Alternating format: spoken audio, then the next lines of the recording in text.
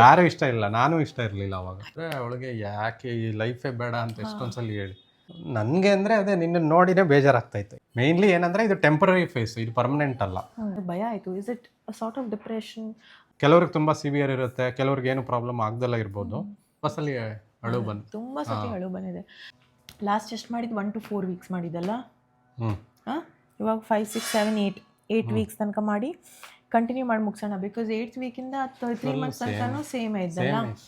Okay, so 8 to 5 ಇಂದ 12ವರೆಗೂ same. ಅದನ್ನೇ ಹೇಳಿ. ಓಕೆ, ಹಲೋ, ಹಾಯ್, ನಮಸ್ಕಾರ ಎಲ್ರಿಗೂ. ನಾನು ನಿಮ್ಮ ಪ್ರೀತಿಯ Vikshita and welcome to the channel. ಇವತ್ತು ನನ್ನ ಪ್ರೀತಿಯ ಹಸ್ಬೆಂಡ್ ಇಲ್ಲಿ ವಿಡಿಯೋದಲ್ಲಿದ್ದಾರೆ ಅಂದರೆ ಇಟ್ ಇಸ್ ಬಿಕಾಸ್ ನನ್ನ ಪ್ರೆಗ್ನೆನ್ಸಿ ಜರ್ನಿಯ ಫಸ್ಟ್ 4 weeks ಎಕ್ಸ್ಪೀರಿಯನ್ಸ್ ನಿಮ್ಮ ಜೊತೆ ಶೇರ್ ಮಾಡಿದ್ದೀವಿ ಅಲ್ವಾ. ಸೊ ನೆಕ್ಸ್ಟ್ 4 weeks ಅಂದರೆ 2ನೇ ತಿಂಗಳಲ್ಲಿ ನನ್ನ ಅನುಭವ ಹೇಗಿತ್ತು ಅದನ್ನು ಶೇರ್ ಮಾಡೋಣ ಅಂತ. ಆ್ಯಸ್ ಅ ಡಾಕ್ಟರ್ ಇವರ ಅನುಭವಗಳನ್ನ ತಿಳಿಸ್ತಾರೆ, ಜೊತೆಗೆ ಆ್ಯಸ್ ಅ ಹಸ್ಬೆಂಡ್ ಇವರ ಅಭಿಪ್ರಾಯಗಳನ್ನು ತಿಳಿಸ್ತಾರೆ. ಏನೆಲ್ಲ ಆಯಿತು ಅಂತ ನನ್ನ ಎಕ್ಸ್ಪೀರಿಯನ್ಸ್ ನಿಮ್ಮ ಜೊತೆ ಶೇರ್ ಮಾಡ್ತಾ ಇದ್ದೀನಿ. ಮೋಸ್ಟ್ ಇಂಪಾರ್ಟೆಂಟ್ಲಿ, ನೀವು ಪ್ರೆಗ್ನೆಂಟ್ ಆಗಬೇಕು ಅಥವಾ ಮದರ್ ಆಗಬೇಕು ಅನ್ನೋ ಆಸೆ ಇದ್ದಲ್ಲಿ please not get varied, because ನನ್ನ ಅನುಭವ ಬೇರೆ ರೀತಿನೇ ಇರುತ್ತೆ. ನಿಮ್ಮ ಎಕ್ಸ್ಪೀರಿಯನ್ಸ್ ಈಸಿನೂ ಆಗಿರ್ಬೋದು, ಹೇಳೋಕ್ಕಾಗಲ್ಲ. So let's start the video. Week 5 first pregnancy detection, periods miss ಆಯಿತು ಅಂತ ಪ್ರೆಗ್ನೆನ್ಸಿ ಬ್ಲಡ್ ಟೆಸ್ಟ್ ಮಾಡಿದ್ವಿ, ಪಾಸಿಟಿವ್ ಬಂತು. ಆಮೇಲೆ ಡಾಕ್ಟರ್ ಹತ್ರ ಫಸ್ಟ್ ಕನ್ಸಲ್ಟೇಷನ್. ನಮ್ಮದು ವಿಯೆಟ್ನಾಂ ಟ್ರಿಪ್ ಬೇರೆ ಇತ್ತು ಅಂತ ನಾವು ಎಮರ್ಜೆನ್ಸಿ ಪ್ರೈಮ್ ಕನ್ಸಲ್ಟೇಷನ್ ತಗೊಂಡ್ವಿ.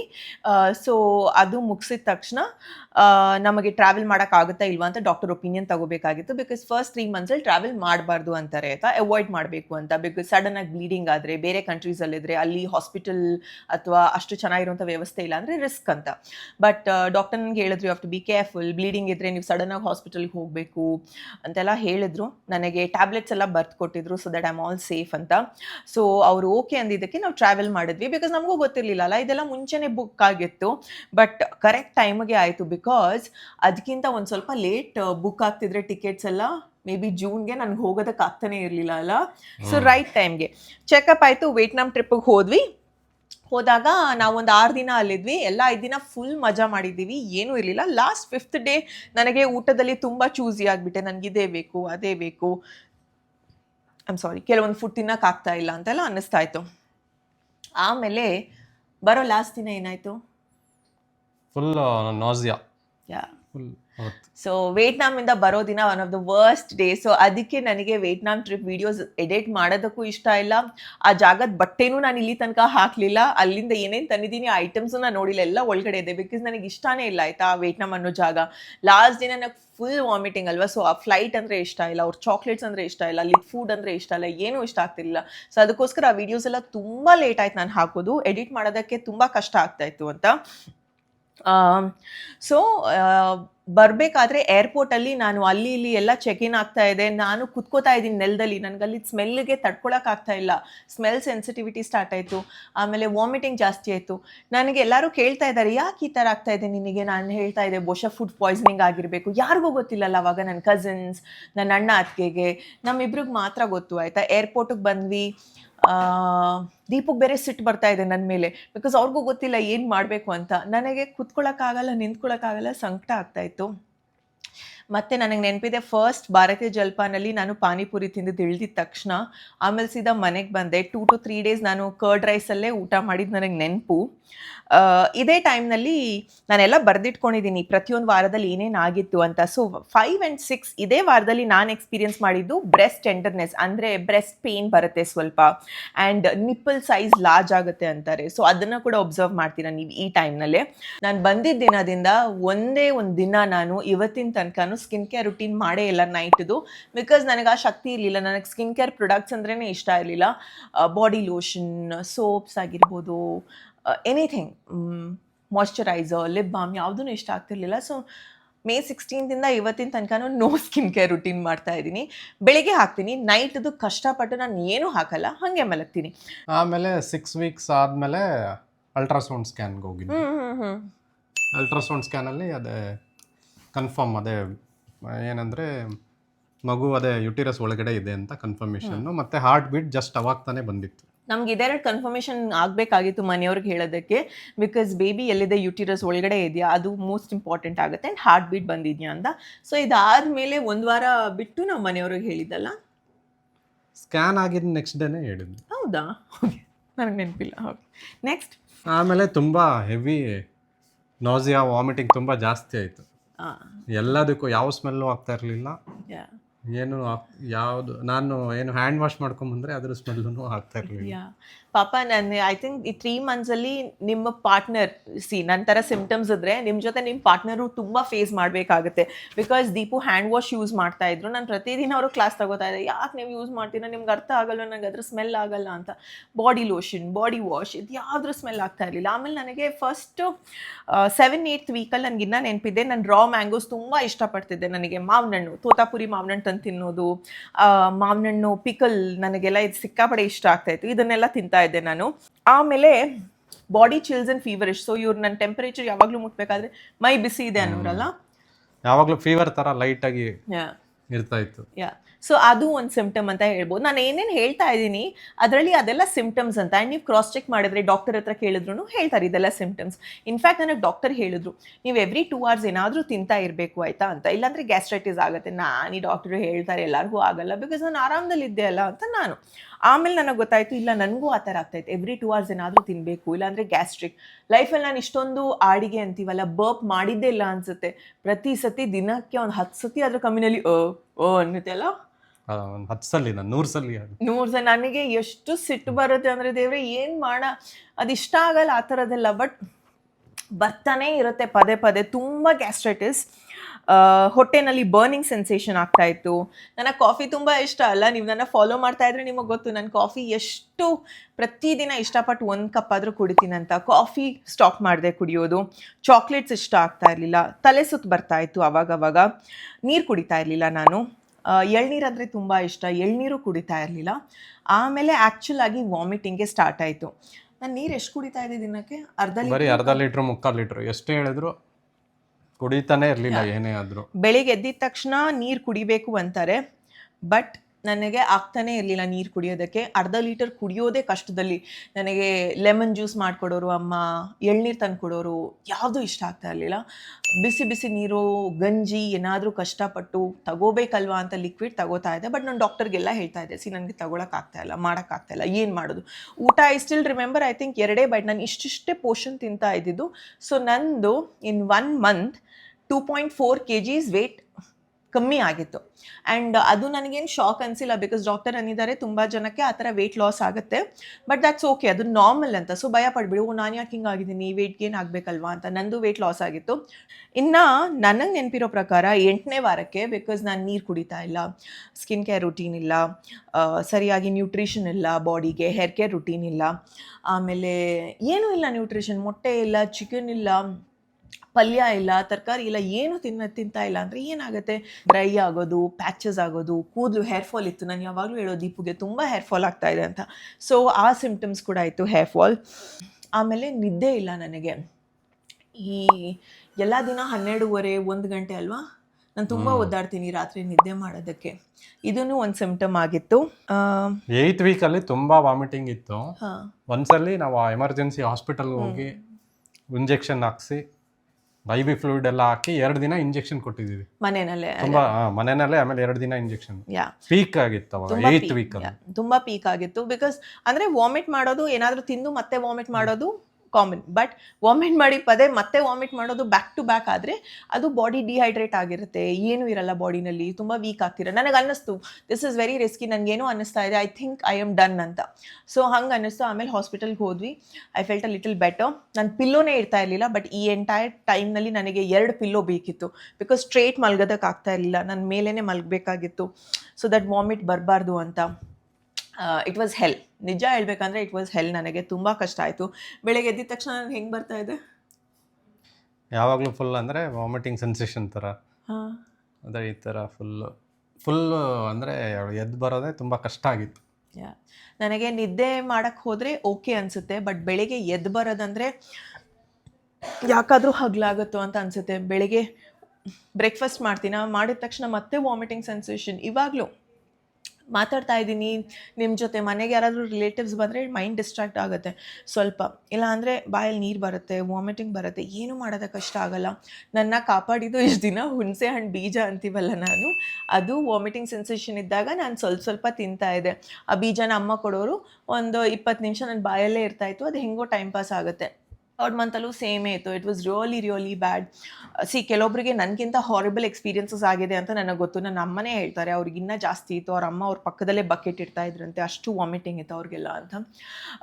ಬಟ್ ಈ ಸೆನ್ಸೇಷನ್ನೇ ನಮ್ಮನ್ನು ಅರ್ಧ ಕಿಲ್ ಮಾಡುತ್ತೆ, ಏನೂ ಮಾಡೋದಕ್ಕೆ ಮನಸ್ಸಿಲ್ಲ. ನಾನು ಐಸೋಲೇಟ್ ಮಾಡಿ ಇದೇ ಸೋಫಾದಲ್ಲಿ ಒಂದು ಕಾರ್ನರಲ್ಲಿ ಬೆಳಗ್ಗೆ ಕೂತ್ರೆ ಸಂಜೆ ತನಕ ಇಲ್ಲೇ ಕೂತು ಊಟ ತಿಂಡಿ ಏನು ಕೊಡ್ತಾರೆ ಅದನ್ನು ಮಾಡಿ ಒಳಗಡೆ ಹೋಗಿ ಮಲಗ್ತಾ ಇದೆ ರಾತ್ರಿ ಅಷ್ಟೇ. ವೀಡಿಯೋಸ್ ಮಾಡ್ತಾ ಇಲ್ಲ, ಯಾವುದ್ರಲ್ಲೂ ಇಂಟ್ರೆಸ್ಟ್ ಇಲ್ಲ. ಸ್ವೀಟ್ಸ್, ಚಾಕ್ಲೇಟ್ಸ್, ಐಸ್ ಕ್ರೀಮ್ಸ್ ಅಂದ್ರೇ ವಾಮಿಟಿಂಗ್ ಬರ್ತಾಯಿತ್ತು. ಬರೀ ಫಿಶ್ ಅಂದರೆ ಮಾತ್ರ ಇಷ್ಟ ಇತ್ತು. ಓ ಎಸ್, ಫಿಶ್ ಅಮ್ಮ ಬಂದ್ರಲ್ವಾ, ಸೊ ನನಗೆ ಡೈಲಿ ಫಿಶ್ ಮಾಡಿಕೊಡೋರು, ನಾನು ತಿಂತೀನಿ. ಬಟ್ ಚಿಕನ್ ಸ್ಮೆಲ್ ಆಗಲ್ಲ, ಮಟನ್ ಸ್ಮೆಲ್ ಆಗಲ್ಲ. ಚಿಕನ್ ಅಂದ್ರೇ ಇಷ್ಟ ಇಲ್ಲ, ಮಟನ್ ಅಂದ್ರೇ ಇಷ್ಟ ಇಲ್ಲ. ಸೊ ಪಾಪ ಮನೆಯವ್ರು ತಿನ್ಬೇಕಾದ್ರೆ ಅವ್ರ ಪ್ಲೇಟ್ ನೋಡ್ತಾ ನನಗೆ ವಾಮಿಟಿಂಗ್ ಬರ್ತಾಯಿತ್ತು. ಸೊ ಹಾಗಾಗಿ ನಾನು ಅವ್ರಿಗೆ ಹೇಳ್ತಾ ಇದ್ದೆ ಚಿಕನ್ ತರೋದು ಬೇಡ, ನನ್ನಿಂದ ಅವರು ತಿನ್ನೋಕ್ಕಾಗಲ್ವಾ. ಬಟ್ ಅವ್ರು ತರಿಸ್ತಾರೆ, ಮಾಡ್ತಾರೆ. ನಾನು ಏನಾಗುತ್ತೆ ಹಠದಲ್ಲಿ ಅಂತ ಸುಮ್ಮನಿರೋದು, ಇನ್ನೇನು ಮಾಡೋಣ. ಬಟ್ ನಾನು ಕೇಳ್ಪಟ್ಟಿದ್ದೀನಿ ತುಂಬ ಜನರಿಗೆ ಆರಾಮದಲ್ಲಿರುತ್ತೆ, ಏನೂ ಈ ಥರ ಸಮಸ್ಯೆಗಳಿರಲ್ಲ, ಚೆನ್ನಾಗಿರುತ್ತೆ ಅಂತ. ಬಿಕಾಸ್ ನನಗೆ ಈ ಥರ ಇದ್ರೂ ನನ್ನ ಥರದ್ದು ಎಷ್ಟೋ ಜನ ಕೆಲಸಕ್ಕೂ ಹೋಗಬೇಕಲ್ವ. ನಾನು ಮನೆಯಲ್ಲಿ ಇರುವಂಥ ಒಂದು ಅವಕಾಶ ಇತ್ತು, ಮನೆಯಿಂದನೇ ಕೆಲಸ ಮಾಡೋಂಥ ಚಾನ್ಸ್ ಇತ್ತು. ಬಟ್ ಈ ಥರ ಸಿಮ್ಟಮ್ಸ್ ಇಟ್ಕೊಂಡು ಕೆಲಸಕ್ಕೆ ಹೋಗಿ ಬರೋದಂದರೆ ಐ ಥಿಂಕ್ ಇನ್ನೂ ಸುಸ್ತಾಗುತ್ತೆ. ನಿಮಗೆ ಹೇಗೆ ಅನ್ನಿಸ್ತು ಈ ಲಾಸ್ಟ್ 2 months? ಡಿಫಿಕಲ್ಟ್? ಓಕೆ. ನನಗೆ ಅಂದರೆ ಅದೇ ನಿನ್ನ ನೋಡಿನೇ ಬೇಜಾರಾಗ್ತಾಯಿತ್ತು. ಇವಾಗ ಪರವಾಗಿಲ್ಲ, but 2nd ಮಂತಲ್ಲಿ especially 8th weak 9th ವೀಕಲ್ಲಿ ತುಂಬ ಹೆವಿ ಆಗಿತ್ತು. ಅವಾಗ ಭಯನೂ ಆಗ್ತಾಯಿತ್ತು, ಎಲ್ಲಿ ಹಾಸ್ಪಿಟ್ಲಲ್ಲೇ ಕರ್ಕೊಂಡೋಗಿ, ಅಂದರೆ ತುಂಬ ಜಾಸ್ತಿ ಆಗಿತ್ತಲ್ಲ, ಅವಾಗ ತುಂಬ ಭಯ ಆಗಿತ್ತು ಈ ಥರ ವಾಮಿಟ್ ಆದರೆ ಏನು ಅಂತ. 8th 9th ವೀಕ್ ತುಂಬ ಪೀಕಲ್ಲಿತ್ತು. ಆಮೇಲಿಂದ ಒಂದು ಸ್ವಲ್ಪ ಪರವಾಗಿಲ್ಲ ಅಟ್ಲೀಸ್ಟ್. ಬಟ್ ಅದೇ ಇದೆ, ಸಫರ್ ಮಾಡ್ತಾ ಇದೆಯಾ, ಆದ್ರೂ ಒಂದು 30-40% ಮಿನಿಮಮ್ 50% ಇಂಪ್ರೂವ್ ಆಗಿದೆ ಅವಾಗ ಕಂಪೇರ್ ಮಾಡಿದ್ರೆ. ಆಮೇಲೆ ನಿಮ್ಗೆ ಯಾವುದೇ ರೀತಿ ಸಿಮ್ಟಮ್ಸ್ ಇರಲಿ, ನೀವೆಷ್ಟೇ ವಾಮಿಟ್ ಮಾಡಲಿ, ಡಾಕ್ಟರ್ ಹೇಳೋದಿಷ್ಟೇ, ನಿಮಗೆ ನಾವು ಈ ಥರ ಟ್ಯಾಬ್ಲೆಟ್ಸ್ ಎಲ್ಲ ಕೊಡಲ್ಲ, ಬೇಸಿಕ್ ಟ್ಯಾಬ್ಲೆಟ್ಸ್ ಮಾತ್ರ ಕೊಡ್ತಾರಲ್ವಾ. ಅದೇ ಪ್ರೆಗ್ನೆನ್ಸಿನಲ್ಲಿ ಅಂದರೆ ಸೇಫ್ ಇರೋದು ಕೆಲವೊಂದು ಮಾತ್ರ, ಅದನ್ನು ಮಾತ್ರ ಕೊಡ್ತಾರೆ ಅವರು. ಅದೇ 2 ದಿನ ಮಾತ್ರ ತುಂಬ ಹೆವಿ ಆಗಿತ್ತಲ್ಲ, ಆವಾಗ ನಾವು ಸ್ವಲ್ಪ ಇಂಜೆಕ್ಷನ್ಸ್ ಎಲ್ಲ ಕೊಟ್ವಿ. ಅದು ಬಿಟ್ಟರೆ ಬೇರೆ ಎಲ್ಲ ಲೈಟ್ ಮೆಡಿಸಿನ್ಸ್ ಯಾವಾಗ. ವಿಡಿಯೋ ಹಾಕ್ತಾ ಇರಲಿಲ್ಲ ಟೈಮ್ಗೆ, ಪ್ರತಿಯೊಂದು ವರ್ಕ್ ಸ್ಲೋ ಆಗಿ ನಡೀತಾ ಇತ್ತು, ಆ್ಯಕ್ಟಿವ್ ಆಗಿರಲಿಲ್ಲ ನಾನು. ಐ ಡೋಂಟ್ ನೋ, ನನ್ನ ಲೈಫಲ್ಲಿ ನಾನು ಈ ಥರ ಸೈಲೆಂಟಾಗಿ ಏನೇ ಮಾಡದೇ ಇದ್ದಿದ್ದು ಫಸ್ಟ್ ಟೈಮ್ ಅನಿಸುತ್ತೆ ಅಲ್ಲ. ಇಷ್ಟೊಂದು ಯಾವಾಗಲೂ ಸಫರ್ ಮಾಡಿಲ್ಲ, ಏನೂ ಮಾಡೋಕ್ಕಾಗ್ದಲ್ಲ ಇರೋ ಪೊಸಿಷನ್ನ. ಅಂದರೆ ಫುಲ್ ಯಾವಾಗಲೂ ಅವಳಿಗೆ ಎದ್ದೇಳಕ್ಕೇ ಕಷ್ಟ ಆಗಿತ್ತು ತುಂಬ. ಅಂದರೆ ಇದೇ ಹೈಯೆಸ್ಟ್ ನಾನು ನೋಡಿರೋದ್ರಲ್ಲಿ, ಇದೇ ಹೈಯೆಸ್ಟ್ ವೀಕ್ನೆಸ್. ಆಮೇಲೆ ನಾನು ದೇವ್ರ ಹಾಡು ಕೇಳ್ತಾ ಇದ್ದೆ ಪ್ರತಿದಿನ, ಅದನ್ನೊಂದು ಮಾಡ್ತಾ ಇದ್ದೀನಿ. ಏನು ಮಾಡೋಣ, ಸೀರೀಸ್ ನೋಡು ಅಂತ ಇದ್ರು, ಅದು ಇಷ್ಟ ಆಗ್ತಾ ಇರಲಿಲ್ಲ. ಮೂವೀಸ್ ನೋಡು ಇಷ್ಟ ಆಗ್ತಾ ಇರಲಿಲ್ಲ. ಮನೆಯಲ್ಲಿ ಸೀರಿಯಲ್ಸ್ ನೋಡೋದಕ್ಕೆ ಇಷ್ಟ ಇಲ್ಲ. ಬಟ್ 6:30 TV ಆನ್ ಮಾಡಿದ್ರೆ 10 ಗಂಟೆ ತನಕ ಎಲ್ಲ ಮನೆಯಲ್ಲಿ ಸೀರಿಯಲ್ಸ್ ನೋಡ್ತಾರೆ, ಕಲರ್ಸ್ ಕನ್ನಡ, ಅದು ಆನ್ ಆಗಿರ್ತಿತ್ತು. ಆ ಟೈಮ್ನಲ್ಲಿ ಸುಮ್ಮನೆ TV ನೋಡೋದು, ಇನ್ನೇನು ಮಾಡೋದು, ಏನಾದರೂ ಡಿಸ್ಟ್ರಾಕ್ಷನ್ ಬೇಕಲ್ವ. ಡೈಲಿ ಸಂಜೆ ಒಂದು 10 ನಿಮಿಷ ಹೊರಗಡೆ ಹೋಗಿ ಗಾಳಿ ತಗೊಂಡು ವಾಕಿಂಗ್ ಮಾಡ್ಕೊಂಡು ಬರೋದು, ಅಷ್ಟೇ ಮಾಡ್ತಾಯಿದ್ದೆ. ಅದರ್ವೈಸ್ ನಾನು ಮನೆಯಲ್ಲೇ ಇದ್ದೆ. ಅಣ್ಣನ ಮನೆಗೆ ಹೋಗೋಣ ಅನ್ನೋದು ನನಗೆ ಅದೂ ಇಷ್ಟ ಆಗ್ತಿರಲಿಲ್ಲ, ಬಿಕಾಸ್ ಎಲ್ಗೂ ಹೋಗೋದಕ್ಕೆ ಬೇಡ ನನಗೆ. ಸದ್ಯಕ್ಕೆ it is better, but obviously sickness ಇನ್ನೂ ಇದೆ. ಒಂದೊಂದು ಸತಿ ತೀರಾ ಜಾಸ್ತಿ ಇರುತ್ತೆ, ಇವಾಗ ಪರವಾಗಿಲ್ಲ ಅನಿಸುತ್ತೆ, ಆಮೇಲೆ ತೀರಾ ಜಾಸ್ತಿ ಆಗುತ್ತೆ ಸಿಕ್ನೆಸ್, ಆಮೇಲೆ ಮತ್ತೆ ಪರವಾಗಿಲ್ಲ ಅನಿಸುತ್ತೆ. ಸೊ ತುಂಬ ಮೂಡ್ ಸ್ವಿಂಗ್ಸ್ ಇರುತ್ತೆ. ನಾನು ನಿಜ ಹೇಳ್ತೀನಿ, ಈ ಟೈಮ್ನಲ್ಲಿ ಸಿಕ್ಕಾಪಟ್ಟೆ ಮೂಡ್ ಸ್ವಿಂಗ್ಸ್ ಇತ್ತು ನನಗೆ. ಸಿಟ್ಟು ಬರೋದು, ಬೇಜಾರಾಗೋದು, ಅಳೋದು. ನಾನು ತುಂಬ ಸತಿ ಹತ್ತಿದ್ದೀನಲ್ಲ ಲಾಸ್ಟ್ 2 months. ಒಂದೊಂದ್ಸಲಿ ಅಂದರೆ ಎಷ್ಟು ವಾಮಿಟಿಂಗ್ ಸೆನ್ಸೇಷನ್ ಬರುತ್ತೆ ಅಂದರೆ ಅವಳಿಗೆ ಯಾಕೆ ಈ ಲೈಫೇ ಬೇಡ ಅಂತ ಎಷ್ಟೊಂದು ಸಲ ಹೇಳಿ ತುಂಬ ಸಲ ಅಳು ಬಂದಿದೆ. ಬಿಕಾಸ್ ನಾನು ವೀಕ್ ಆದೆ ಆ ಟೈಮ್ನಲ್ಲಿ, ಯಾಕೆ ಈ ಥರ ಆಗ್ತಾಯಿದೆ. ಇಟ್ಸ್ ನಾಟ್ ಜಸ್ಟ್ ಮೀ, ಎಷ್ಟೋ ಜನ ಪ್ರೆಗ್ನೆಂಟ್ ಆಗಿದ್ದಾರಲ್ವ. So why am I having a bad experience ಈ ಥರ ಅಂತ.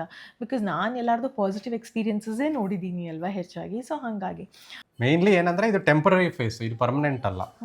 1 ತಿಂಗಳು 2 ತಿಂಗಳು ಮ್ಯಾಕ್ಸಿಮಮ್ 2 ತಿಂಗಳು ಇರುತ್ತೆ, ಆಮೇಲೆ ಇಂಪ್ರೂವ್ಮೆಂಟ್ ಆಗುತ್ತೆ. ಸೊ ಅದೊಂದು ಮೇಯ್ನ್ ಪಾಯಿಂಟ್. ಇಲ್ಲ ಅಂದರೆ ಫ್ರಸ್ಟ್ರೇಟ್ ಆಗೋಗ್ಬಿಡುತ್ತೆ ಇದೇ ಥರ ಇದ್ದರೆ. ಅದಕ್ಕೆ ಅದು ಕೆಲವೊಬ್ರಿಗೆ ಇರುತ್ತಲ್ಲ ಇದೇ ರೀತಿ ಆಲ್ 9 months. ಇಷ್ಟೊಂದು ಸಿವಿಯರಿಟಿ ಇರಲ್ಲ, ಹೋಗಿ ಸ್ವಲ್ಪ ಕಮ್ಮಿ ಆಗುತ್ತೆ. ಬಟ್ ಕೆಲವ್ರಿಗೆ ತುಂಬ ಕೆಲವರು ಹಾಸ್ಪಿಟಲ್ ಅಡ್ಮಿಟ್ ಆಗಿರ್ತಾರೆ, ಎಷ್ಟು ದಿನ ಆದರೂ ವಾಮಿಟಿಂಗ್ ನಿಲ್ಲದೇ ಇಲ್ಲ. ಸೊ ಆ ಟೈಮಲ್ಲಿ ಯಾರ್ಯಾರು ಮನೇಲಿ ಇರ್ತಾರೆ ಎಲ್ಲ ಫುಲ್ ಕಂಪ್ಲೀಟ್ ರೆಸ್ಪಾನ್ಸಿಬಿಲಿಟಿ ತೊಗೊಂಡು ಎಲ್ಲ ಏನು ಕೆಲಸ ಕೊಡ್ದಲ್ಲೇ ಫುಲ್ ಕೇರ್ ಮಾಡಬೇಕು ಆ ಟೈಮಲ್ಲಿ. ಕೆಲವ್ರಿಗೆ ತುಂಬ ಸಿವಿಯರ್ ಇರುತ್ತೆ, ಕೆಲವ್ರಿಗೆ ಏನು ಪ್ರಾಬ್ಲಮ್ ಆಗ್ದಲ್ಲ ಇರ್ಬೋದು. ಯಾರ್ಯಾರಿಗೆ ಜಾಸ್ತಿ ಇರುತ್ತೆ ಅವ್ರಿಗೆ ಅಂತೂ ಫುಲ್ ಚೆನ್ನಾಗಿ ಕೇರ್ ಮಾಡಬೇಕು. ಸೊ ರಮ್ಮ ಇದ್ದಿದ್ದರಿಂದ ಅವಳು ಆಯಿತು, ಇಲ್ಲ ಅಂದಿದ್ರೆ ನಮಗೆ ತುಂಬ ಕಷ್ಟ ಆಗ್ತದೆ. ಬಿಕಾಸ್ ಏನು ಗೊತ್ತಾ, ನನ್ನ ಅಮ್ಮನಿಗೆ ಇದರ ಅನುಭವ ಇದ್ದಿದ್ದರಿಂದ ಅವ್ರಿಗೂ ಅದೇ ರೀತಿ ಆಗಿದ್ದರಿಂದ ಅವ್ರಿಗೆ ಗೊತ್ತಿತ್ತು ಹೆಂಗೆ ಅಂತ. ಕೆಲವೊಬ್ರಿಗೆ ಗೊತ್ತಿಲ್ಲ. ಇವಾಗ ದೀಪು ಅವ್ರ ಕಡೆಯಲ್ಲಿ ಆ ಥರ ಆಗಲೇ ಇಲ್ಲ ಅಂತ ಯಾರಿಗೂ, ಅಷ್ಟೊಂದು ಇರಲಿಲ್ಲ ಅಂತೆ. ಸೊ ಅವ್ರಿಗೆಲ್ಲ ಆಬ್ವಿಯಸ್ಲಿ ಜಾಸ್ತಿ ಅಂತ ಅನಿಸುತ್ತೆ ಅಲ್ವಾ. ಕೆಲವು ಫ್ಯಾಮ್ಲೀಸಲ್ಲಿ ಕೆಲವೊಬ್ರಿಗೆ ಅರ್ಥ ಆಗಲ್ಲ, ನಾಟಕ ಮಾಡ್ತಾ ಇದ್ದಾರೆ ಅಥವಾ ಇವ್ರಿಗೇನು ಇಷ್ಟೊಂದು ಜಾಸ್ತಿ ಅಂತಲೂ ಭಾವನೆ ಬರುತ್ತೆ. ಹೇಳೋಕ್ಕಾಗಲ್ಲ, ಬಿಕಾಸ್ ಪ್ರತಿಯೊಬ್ಬರು ಬಾಡಿ ಟೈಪ್ ಡಿಫ್ರೆಂಟ್ ಆಗಿರುತ್ತೆ. I would highly recommend that ನಿಮ್ಮ ಜೊತೆ ಸಪೋರ್ಟಿವ್ ಆಗಿರಬೇಕು. ನಿಮ್ಮ ಪಾರ್ಟ್ನರ್ ನಿಮ್ಮನ್ನು ಅರ್ಥ ಮಾಡ್ಕೋಬೇಕು, ಫ್ಯಾಮಿಲಿ ಮೆಂಬರ್ಸ್ ನಿಮ್ಮನ್ನು ಅರ್ಥ ಮಾಡ್ಕೋಬೇಕು. ಒಂದೊಂದು ಸತಿ ಒಂದೊಂದು ತಿನ್ನಬೇಕಂತ ಅನಿಸುತ್ತೆ. ನಾನು ಇವಾಗ ಚಕ್ಲಿ ತಿಂದರೆ ಆಮೇಲೆ ಬೇಡ ಅನಿಸುತ್ತೆ ಅದು. But these are all mood swings, pregnancy ಸಿಮ್ಟಮ್ಸಿಂದನೇ ಹಿಂಗಾಗುತ್ತೆ. ಅದನ್ನು ಗಂಡು ಮಕ್ಕಳು ಅರ್ಥ ಮಾಡ್ಕೋಬೇಕು. ಕಷ್ಟದ ಟೈಮಲ್ಲಿ ಸಪೋರ್ಟ್ ಮಾಡಬೇಕು. ಯಾರ್ಯಾರು ಇರ್ತಾರೆ ಮನೇಲಿ ಎಲ್ಲ ಫುಲ್ ಅರ್ಥ ಮಾಡಿಕೊಂಡು. ಒಂದೊಂದ್ಸಲಿ ಬೇಜಾರಾಗುತ್ತೆ ತುಂಬ, ಅದು ಕಂಟ್ರೋಲ್ ಮಾಡಿಕೊಂಡು ಅದು ಫುಲ್ ಸಪೋರ್ಟ್ ಮಾಡಬೇಕು. ಇವ್ರಿಗೆ ತುಂಬ ಸತಿ ಬೇಜಾರಾಗಿದೆ. ಇವರು ಅಂದ್ಕೊಂಡ್ರು, ಅಯ್ಯೋ ನನಗೆ ಗೊತ್ತಿರಲಿಲ್ಲಪ್ಪ ಹೀಗೆಲ್ಲ ಆಗುತ್ತೆ ಅಂತ. ಅದು ಬೇರೆ ನಾನು ಯಾವಾಗಲೂ ಹೇಳ್ತಾ ಇದ್ದೆ ಟ್ವಿನ್ಸ್ ಅಂತ ಆಯಿತಾ. ಅವ್ರು ಹೇಳ್ತಾ ಇದ್ರು ಟ್ವಿನ್ಸ್ ಆದರೆ ಇನ್ನೂ ಜಾಸ್ತಿ ಆಗುತ್ತೆ ಅಂತಲ್ಲ ಸಿಮ್ಟಮ್ಸ್ ಎಲ್ಲ double.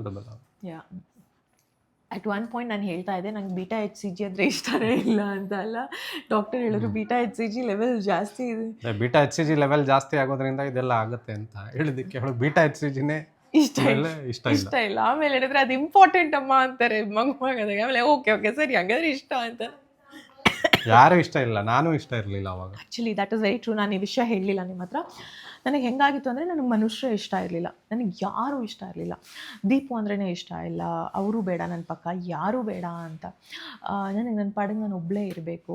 I don't like humans. Food ಇಷ್ಟ ಇಲ್ಲ, ಮನೇಲಿರೋ ವಸ್ತು ಇಷ್ಟ ಇಲ್ಲ, ಯಾವುದೇ ಸ್ಮೆಲ್ ಇಷ್ಟ ಇಲ್ಲ. It was very difficult phase. ನನಗೆ ಭಯ ಆಯಿತು, is it sort of depression ಅಥವಾ ಸಿಮ್ಟಮ್ಸ್ ಏನು ಅಂತ ಅರ್ಥ ಆಗ್ತಾ ಇರಲಿಲ್ಲ. ಬಿಕಾಸ್ ಕೆಲವೊಬ್ಬರಿಗೆ ಡಿಪ್ರೆಷನ್ ಬರೋದು ಕೂಡ ಸಹಜ ಅಲ್ವಾ. ಆಗುತ್ತೆ ಡಿಪ್ರೆಷನ್, ಅದೇ ತುಂಬ ವಾಮಿಟಿಂಗ್ ಮಾಡಿನೇ ಡಿಪ್ರೆಷನ್ ಆಗುತ್ತೆ. ಡಾಕ್ಟರ್ ಅಂತಾರೆ ಕೌನ್ಸಿಲಿಂಗ್ ತಗೊಳ್ಳಿ. But I was strong enough, so ಹಾಗಾಗಿ ಕೌನ್ಸಿಲಿಂಗ್ ಅವಶ್ಯಕತೆ ಎಲ್ಲ ಇರಲಿಲ್ಲ. ಇಲ್ಲ ಅಂದರೆ ನಿಮಗೆ ಜಾಸ್ತಿ ಸಿಮ್ಟಮ್ಸ್ ಇದ್ದು ಯಾರೂ ಇಲ್ಲ ಸಪೋರ್ಟ್ ಮಾಡೋದಕ್ಕಂದರೆ ನೀವು ಕೌನ್ಸಿಲಿಂಗ್ ತಗೋಬೋದು. ಇಟ್ ಇಸ್ ವೆರಿ ನಾರ್ಮಲ್ ಆಯಿತಾ, ಅದರಲ್ಲಿ ಏನು ಭಯ ಪಡಬೇಕಂತ ಇಲ್ಲ. ಬಟ್ ವಿಚಿತ್ರ ಅನ್ಸಿದ್ದು ನನಗೆ ನನ್ನ ಹಸ್ಬೆಂಡೇ ಇಷ್ಟ ಆಗ್ತಿರ್ಲಿಲ್ಲ. ಆಮೇಲೆ ನನ್ನ ಸುತ್ತಮುತ್ತ ಇರೋ ಫ್ಯಾಮಿಲಿ ಮೆಂಬರ್ಸೇ ಇಷ್ಟ ಆಗ್ತಾಯಿರಲಿಲ್ಲ. ಯಾರ ಜೊತೆ ಫೋನಲ್ಲಿ ಮಾತಾಡೋದಕ್ಕೆ ಇಷ್ಟ ಇಲ್ಲ. ಒಂದು ಸತಿ ಗೊತ್ತಾಯ್ತಲ್ಲ ಫ್ಯಾಮ್ಲಿಗೆಲ್ಲ ಫೋನ್ ಮಾಡೋರು, ನನ್ನನ್ನು ಮಾತಾಡೋದಕ್ಕೆ ಬೇಡ. ನನಗೆ ಯಾಕಪ್ಪ ಇವ್ರು ಫೋನ್ ಮಾಡ್ತಾ ಇದ್ದಾರೆ, ನನ್ನ ಬಿಟ್ಬಿಡಿ ನನ್ನ ಪಾಡಿಗೆ ಅಂತ. ಎಲ್ಲಿ ಹೋಗೋದಕ್ಕೂ ಇಷ್ಟ ಇಲ್ಲ, ಯಾರ ಜೊತೆ ಇಂಟ್ರ್ಯಾಕ್ಟ್ ಮಾಡೋದಕ್ಕೂ ಇಷ್ಟ ಇಲ್ಲ. ನಾನು ಬೆಳಿಗ್ಗೆ ಅದು ಹೆಂಗೆ ಬರ್ತಾ ಇದೆ ಹೇಳಿ ಅವ್ರಿಗೆಲ್ಲ.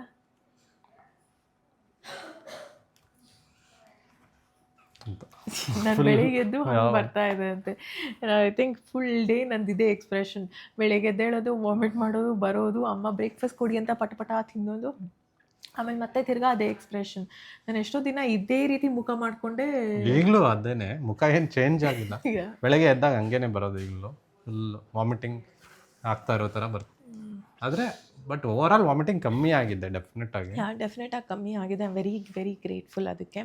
ಎನಿವೇಸ್, ಇವತ್ತಿನ ಈ ಒಂದು ವಿಡಿಯೋದಲ್ಲಿ ನಿಮ್ಗೇನಾದರೂ ಅರ್ಥ ಆಗಿದೆ ಅಂತ ಅನ್ಕೋತೀವಿ. ಆ್ಯಂಡ್ ಹೆಲ್ಪ್ಫುಲ್ ಅನಿಸಿದಲ್ಲಿ, ಇಷ್ಟವಾದಲ್ಲಿ ಏನು ಮಾಡಿ ನೆಕ್ಸ್ಟ್ ವಿಡಿಯೋ ಬೇಕು ಅಂತ ಕಾಮೆಂಟ್ ಸೆಕ್ಷನಲ್ಲಿ ತಿಳಿಸಿ ಆಯಿತಾ. ಅದ್ರ ಪ್ರಕಾರ ನಾನು 4th month ಎಕ್ಸ್ಪೀರಿಯನ್ಸ್ ನಿಮ್ಮ ಜೊತೆ ಶೇರ್ ಮಾಡ್ತೀನಿ. Until then like, share and subscribe. ಪ್ರೀತಿ ಸದಾ ಹೀಗೆ ಇರಲಿ. ನಿಮ್ಮ ಕನ್ನಡತಿಯನ್ನು ಸದಾ ಪ್ರೋತ್ಸಾಹಿಸಿ. Lots of love.